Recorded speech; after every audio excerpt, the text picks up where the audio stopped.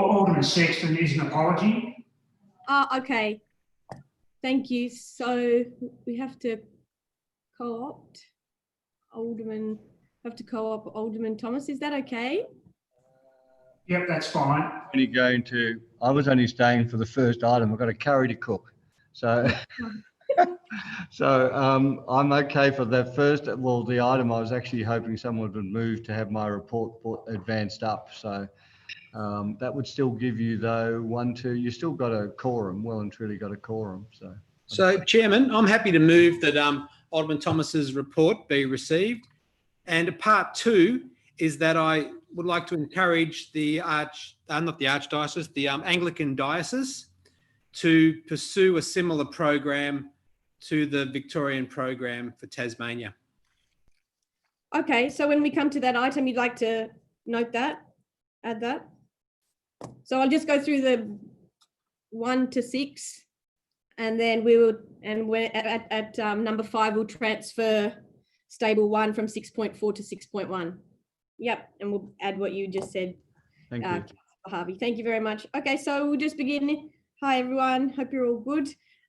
So the apology was from Alderman Sexton, and there's no leave of absence. Number 1.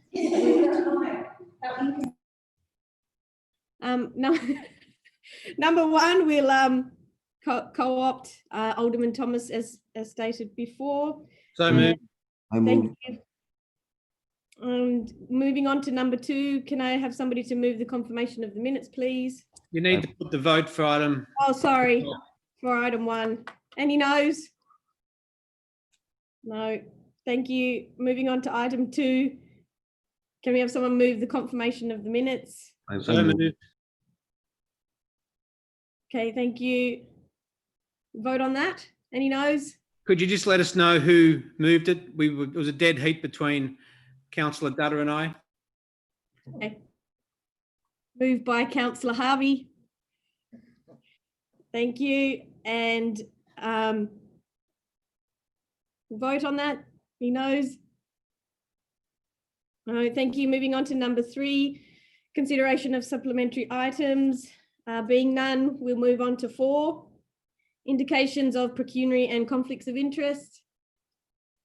Being none, we'll move on to 5, transfer of agenda items. As stated before, we will move 6.4 to 6.1. I'm happy to move that. Thank you. Any no's? Great, thank you very much. Moving on to number 6, reports. And we'll start with the professional development reporting from Alderman Thomas, the stable 1. And I will invite Alderman Thomas to introduce this. Thank you very much. Thanks, Chair. Look, I think everyone here was indeed on the workshop. So first of all, just acknowledge the City of Hobart staff that organised the various people for the 2 workshops this afternoon. It's a pity we didn't get more elected people to it because they were quite difficult to set up. But notwithstanding that, I thought it was a really good way of putting some faces behind or the identities of some of the people involved with the Victorian project. I think it's really important that, as Jenny acknowledged, it is a UK originating model.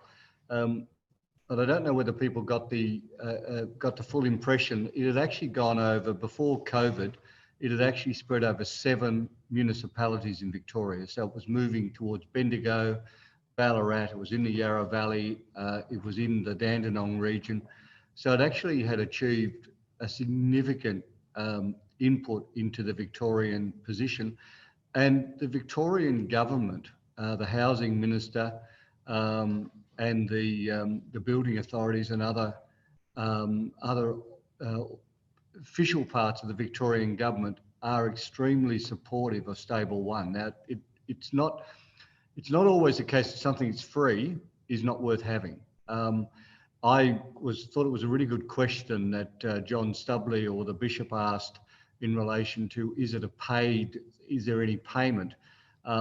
If there was a payment, and if the council was simply a facilitator here to encourage the model, I would see the Anglican Diocese seeking potentially support from either the state government, from the Tasmanian Community Fund, or alternatively from private enterprise as a philanthropic gesture to provide that coordinator, or indeed a company wanting to increase its social capital presence might provide 1 or 2 of their staff for 6 months each year to do that.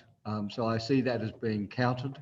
I do believe it's a separate model, Chair and Lord Mayor, to what we're doing down at the emergency centre. That does have a number of quite critical presentations.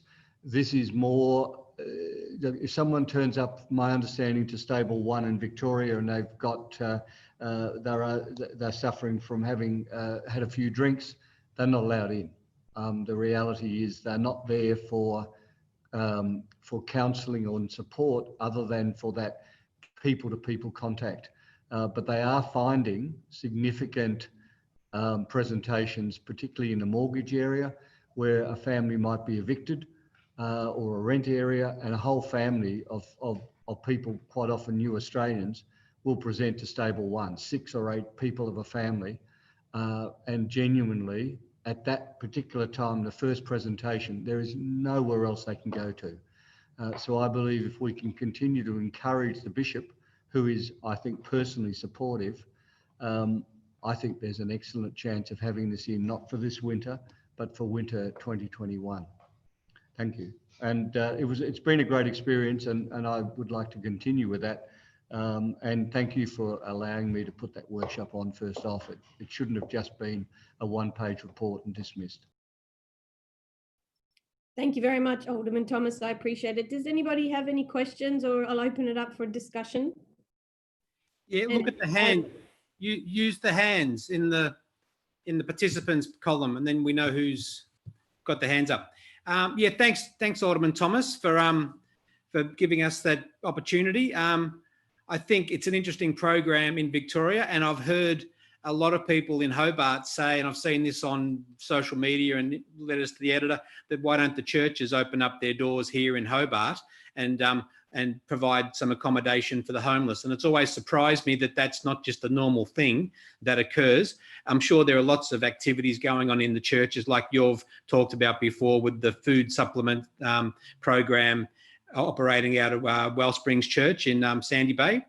So I'd be surprised if churches weren't prepared to open their doors to activate a similar sort of program or create a similar sort of program in Tasmania. So that's why I was keen to have a second, or to move that we receive your presentation, but we also encourage the Anglican Diocese of Tasmania to look at a similar program. I don't think it's our responsibility to take this on or to be involved in it necessarily, but I would like them to look at some sort of similar program that might take the heat out of requiring our facility of an evening, and to provide a more diverse range of opportunities for people to, sleep overnight rather than have to sleep rough. So I commend you for bringing this to us, and I hope the Anglican Diocese of Tasmania can pursue something similar to what they do in Victoria. So happy to move that we receive, and also that we encourage the Archdiocese or the diocese to look at a similar program in Tasmania. Sorry, Councillor Harvey, so you'd like to add that as part of the recommendation? Yeah, I would. I'd like the City of Hobart to encourage the Anglican Diocese to consider pursuing a similar program to the Victorian program. Okay, thank you. So next we had Councillor Dudda's hand up. Thank you, Chair. I just want to make a few observations, and maybe Alderman Thomas would be able to respond to this. I understand that there were 8 churches involved in this particular model of the program, and I wondered if you knew which denominations these churches are. That's question 1. The second observation I make is that it appears to be just Christian driven.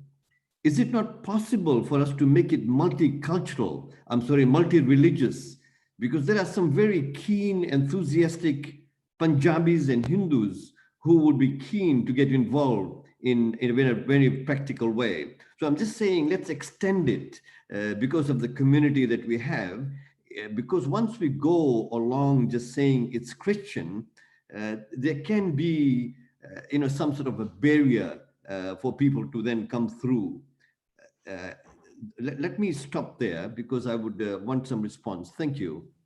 Look, thanks, Councillor Dutton. I think they're excellent observations. In answer to the first question, it's either 7 Anglican churches or 6 Anglican church and 1 other religion. The Housing with Dignity reference group at one stage asked, look, is this just a Christian thing? And is it just a way in which push religion? That question was asked of Jenny Willits specifically in writing. And she said, look, the only time she's ever seen a religious bent to it was when somebody was really distressed. And she personally said, would you like to pray with me? And that was the only time that was demonstrated. Down at Wellspring, Councillor Dutta, the 600 people fed each week also have a thing called subbies. So from the Indian subcontinent, and there's a whole range of programs, which I'd like Lord Mayor at some stage to see if we can invite a council evening down there, because it's fantastic to watch. But the Show Hope video does provide at least an opening to it. The multicultural idea, Mike, I think is perfect. I mean, I don't think the Anglican Church would in any way deny that as being part of it, and there's no reason why it should be. And Wellspring, if indeed the bishop who's involved with Wellspring follows his heart, it may well be that Wellspring could be the first pilot place for this to occur. And Wellspring is an Indian subcontinent. So there are so many people from a whole range of countries very directly involved at Wellspring. So I think you would get your answer in the affirmative on that. Thank you. Thanks very much. Councillor Ewan. Thank you. Councillor Dutta kind of asked what I was going to about other religious groups or community groups. I guess I'm interested to know if there was any particular ask attached to like us hosting the presentation for Stable 1, because it would make me a bit uncomfortable if it was just for a certain denomination or only for religious groups. I understand, like, I think it's great and it does certainly deserve to get off the ground. I guess if it's not going to be able to be implemented by, not non-denominational, just community groups or non-religious groups, is it able to be adapted to those? Because if it is something that we have to put time and resources into, supporting religious groups to do work, it needs to be noted that a lot of people won't feel comfortable engaging with religious groups with going into churches for lots and lots of reasons. Thank you very much, Councillor Ewan. If I could just answer, I'll raise my hand there.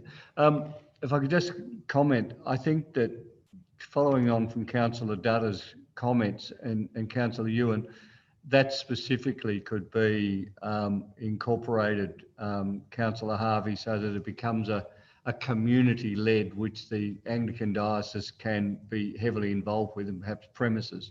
But if we make this a multicultural activity conducted in conjunction with the diocese or the diocese, because the Catholics and others may want to be involved as well, that would probably cover off both those comments positively.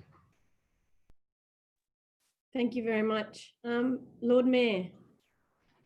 Thank you. I think it's, thanks so much for organising that, Alderman Thomas. And I think there's certainly a place for more safe night spaces. That we know the one that we're involved with is only able to accommodate about 16 people, and we know that the numbers of people sleeping rough in Greater Hobart are vast in comparison. Probably more than 150, I think. And particularly, some of these areas where the good thing about an organisation like the Anglican Church is they do have branches in all sorts of corners of Hobart where there isn't currently many places. So, you know, the Kingboroughs, the Clarences. And so I would support Alderman Harvey's proposal that we try and encourage the Anglican Church to sort of take a lead on this, and you know, we help them and encourage them and provide some advice on planning and those kind of things. But I do feel they've got probably a bit more capacity to deliver. They have the property, you know, the properties. A lot of their properties have things like kitchen facilities. They have a good volunteer network. My concern about trying to push the multicultural element too much, not in terms of people feeling welcome to be part as volunteers if they want to be, or be clients if they need to be, but I just knowing the multicultural communities the way I do, I know that the many of the other faiths don't have a place of worship. So they're really struggling to even, you know, have a place for their own church to meet, let alone making somewhere available for others. And also many of those, particularly in Hobart, many of the community associations, the Indian Cultural Society, the Nepali, all those cultural community organisations, again, are really struggling in terms of dealing with many of the sort of really basic services that would be provided by cultural community organisations in the bigger cities where there are more people. And that's why, for example, many of the faiths don't have their own places of worship, because they're just, you know, in terms of having a volunteer group to get these things organised, they're already really, really stretched. And so I would sort of think if we can encourage the more established faiths to pick up, you know, to be the main leads, but of course being welcoming and open to others if they want to be part of this. But I really don't feel that the new communities and the sort of smaller faiths really should feel that, you know, that we're expecting them to do it when they don't have either infrastructure or much in the way, certainly don't have any paid staff. Whereas the established churches do have both paid staff and quite substantial volunteers who have, you know, resources themselves. Thank you very much, Lord Mayor. Councillor Harvey, did you want to say something else? Look, the Lord Mayor covered it for me. I just think the Anglican Church is best positioned to coordinate such a program, and if they wanted to pull in other community groups and a multicultural, ensemble of, you know, participants, then fantastic. But I think we need to leave it with them to coordinate, because they're the property owners. So I'd much rather that they play the leading role in this, and the council maybe can offer some advice, but I don't think we have the resources to be getting involved in the development of this sort of a program. So I'd leave it to them, and our role would be fairly limited, I would imagine. Thank you very much. Alderman Thomas, was that your hand up? Did you want to say something else, or you're okay? No, good. Okay. Councillor Dutta? Thank you, Chair. Just want to reflect on a few of the points mentioned by the Lord Mayor. Firstly, you know, with regards to Hindus, for example, Hindus don't necessarily have a temple. If they have one, that is quite significant, but the temples are in the homes. And similarly with the Muslims, you know, they tend to have one or two, and they're just new or recent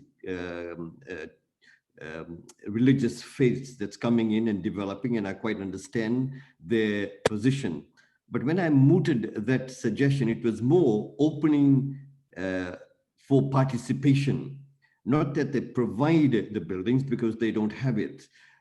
It was more opening it so that we take the label of just being Christian. It can be coordinated, it can be the motivator, as it were, and driven by the Anglican Church. The churches do have buildings, and some of them just are becoming museum pieces.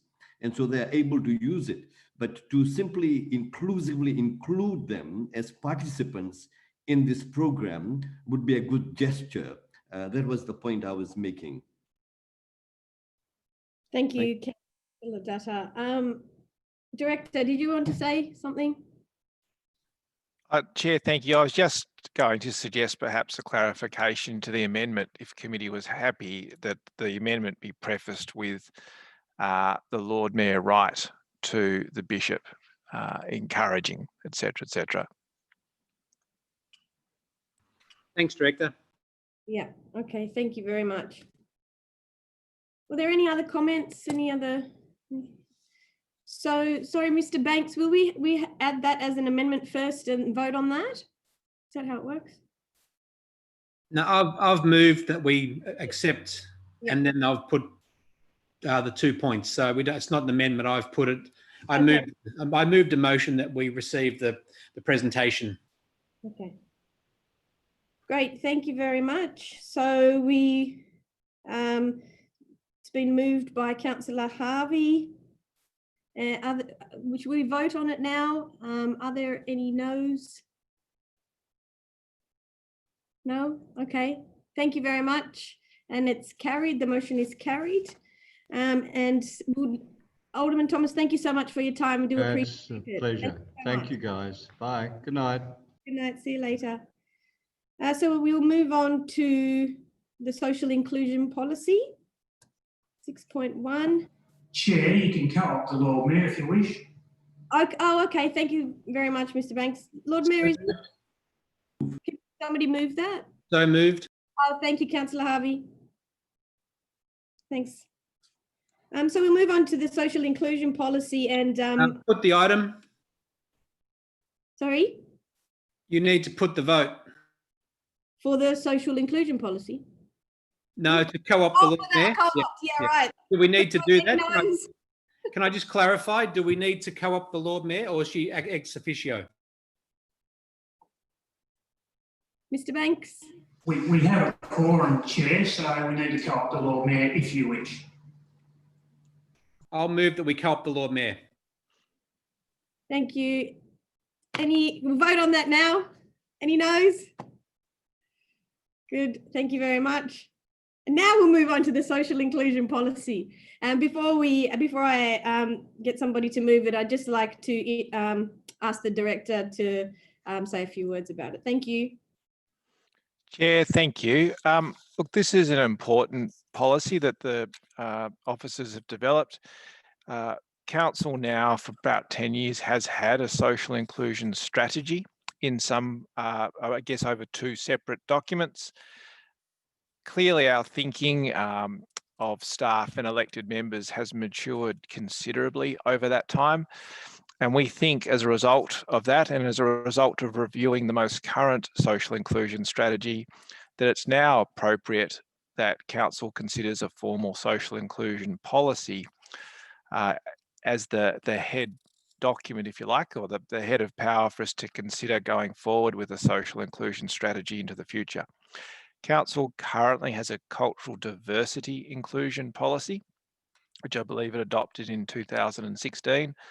Of course, again, as I guess a representation of how our thinking has matured considerably, diversity is far more than just culture. And so in adopting this policy, we would be recommending to committee and council that the cultural diversity inclusion policy would be rescinded and this broader social inclusion policy take its place. Chair, if committee and council were happy with that and agreed to adopt the policy, that then gives the staff a very clear pathway forward to develop the next social inclusion strategy. And that would enable us to bring you something back that really reflected the intent of the policy and also reflected the very good work that council already does. And I think that's often a mistake we make in our strategies. We get very caught up in talking about what we will do. And often we forget to acknowledge the good things the council already does. And coming forward with a framework in the future, we would like to be able to reflect much more clearly in the framework the numerous activities that the council does in this area. So with those words of introduction, Chair, back to you. Thank you very much. I'd now like to open it up for discussion. I move that we accept those 3 recommendations. Okay, thank you very much. Yes, Lord Mayor. Just a question through you to the director. we signed on to the Welcoming Cities Standard last year, and they've established a sort of they've established a standard. So I'm just wondering how it matches up with the standard to not have a sort of specific cultural inclusion strategy. Chair, through you, that is a good question. I would have thought, and I'll ask Ms. Parker whether she has any further advice in a moment. I would have thought the fact that this policy, its intent is to cover all areas of inclusion, I would hope is sufficient for that purpose. But Lord Mayor, you do raise a good point. Can I just like to check with Mrs. Parker whether you have any further advice on that point, please, Kimbra? Through you, Chair, it will still be intended to develop a separate multicultural or welcoming city strategy or commitment. So we still will intend to do further documentation that will tie in with the welcoming city requirements. So this is just the policy that sits with social inclusion. And then we will further on, once the social inclusion framework has been developed, we will look at the associated community commitments that will include covering the multicultural welcoming city work. Okay, thank you. Thank you very much. Councillor Ewan? Thank you. So I think it makes sense to ground our new social inclusion strategy with a formal policy. So thanks to the officers who put this together. Just a bit of a comment / question. I've read the policy and I recognise the anti-discrimination legislation that's listed within the policy framework. But I think it might be beneficial to explicitly name up the characteristics of age, race, culture, sexuality, disability, gender. I think that's all of them in the policy statement, since they're linked to the outcomes, community participation and life chances that are described in the policy document. Just a question through you, Chair, to the Director. Chairman, we would be very happy to look at that. There's no particular reason we can't take that on board. So we can do that. If you'd like the policy to come back to check that at the next meeting in the way that we've included that. But yeah, there's certainly no reason why we couldn't take that on in the policy statement. Thank you. Thanks very much. Yes, Lord Mayor. Yeah, just to follow up on that comment, actually, should the policy actually go even further and say that we won't discriminate on, like, either in our programs or our practices? Are we willing to kind of make that commitment, or do we need to get some further advice on that? Because it's quite an important principle if we're going to recognise the Act and, you know, the rights under the Act in Tasmania. Maybe we need to say that we commit to not having discriminatory policies or programs. Or just yesterday there's a request for a use of a council facility that's been sort of at this stage rejected on the basis that it's political, and that's discrimination under the State Act. And I just think maybe we actually need to bite the bullet as an organisation and make a commitment that, you know, we're not going to be discriminating. If we can do that, I mean, maybe the legal folks will say, well, you know, there are these cases where we need to, and we can't make that commitment across the board. That might have complicated matters, but. Chairman, through you, again, happy to consider that. I think, Lord Mayor, yes, you partially answered your own question. I perhaps would need to take some further advice about that. We're always quite keen to frame these policies in the positive, so what we will do rather than what we won't do. But I do take your point and the point of Councillor Ewan. So if you would prefer, maybe we could take this back and just do a little bit of further work on it, get some advice around that issue, Lord Mayor, that you have raised. This is not urgent. It was timely for us because we are working on the framework in the background anyway. We've begun some engagement with various sectors of the community around the framework. So there's no urgency around this. We'd be quite happy just to do that little bit extra work on this and come back to the next committee if you'd like.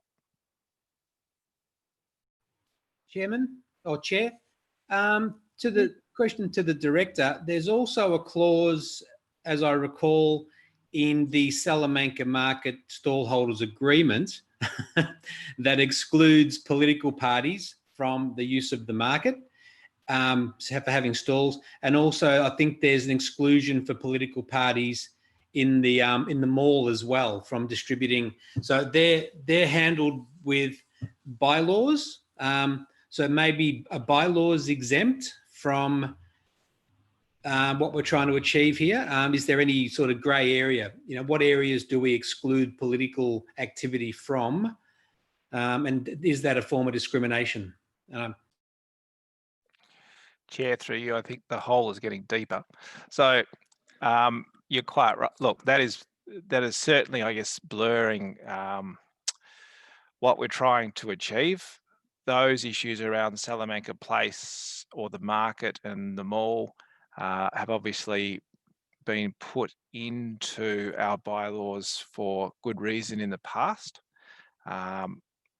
So again, if you want this policy to go that widely, that would take considerable further work, because we really will need to make sure that by saying what we won't do, that we kind of cover off on everything, as opposed to a broader statement like this, which just gives us a bit more flexibility.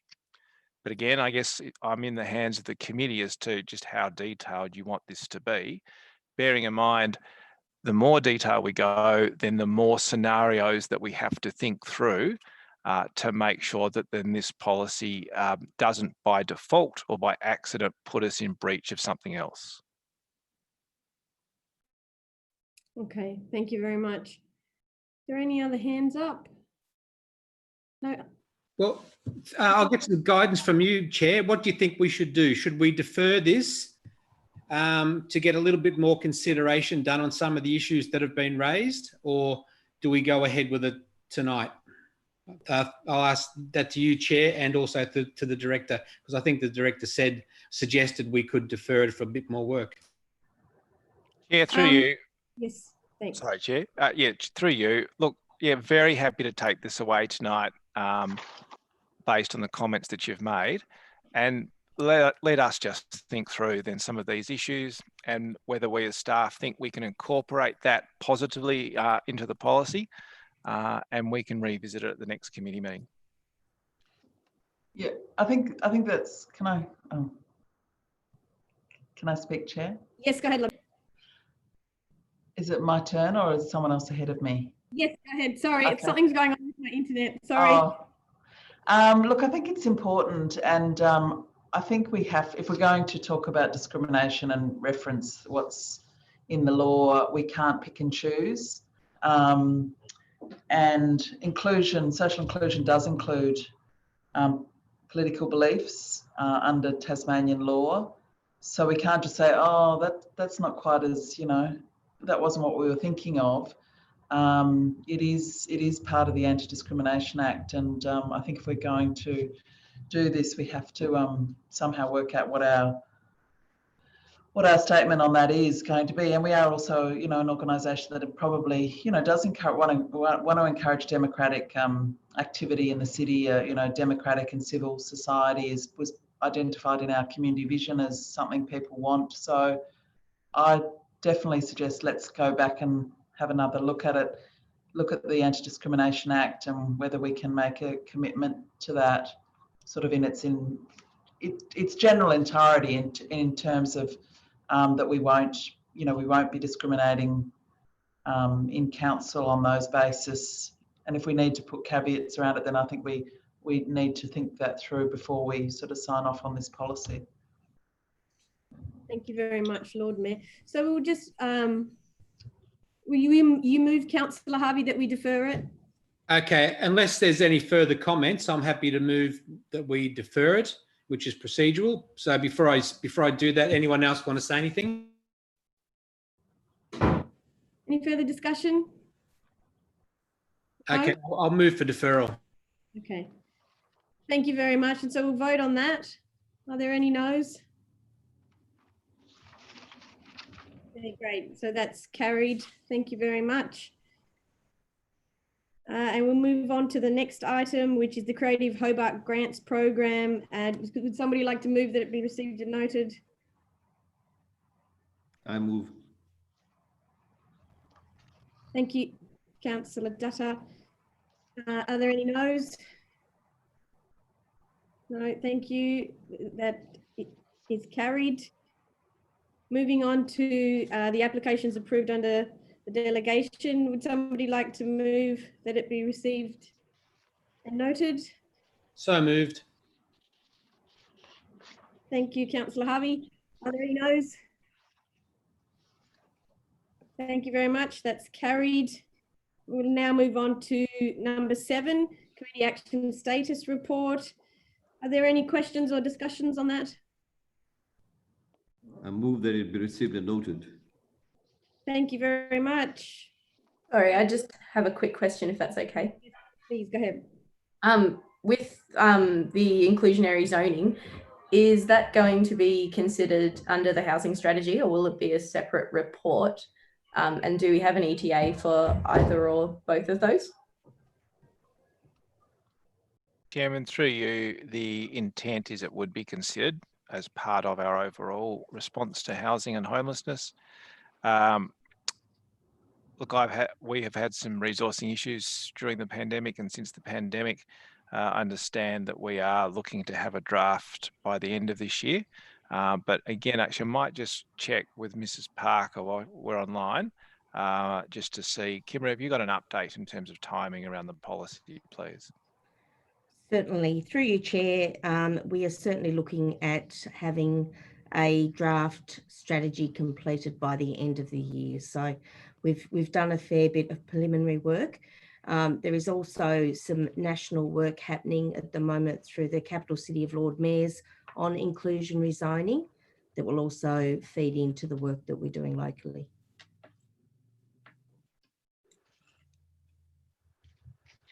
Thank you very much.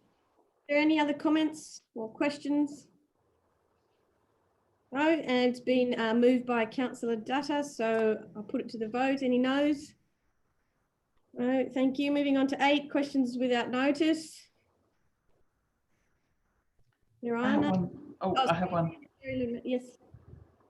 I've just got to bring it up. Sorry.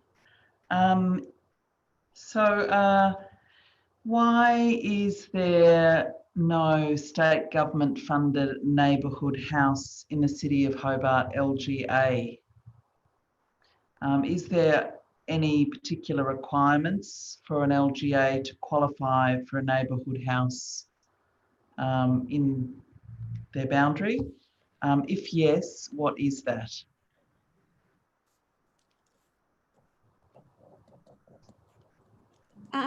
Through Sorry. you, Yes, sorry.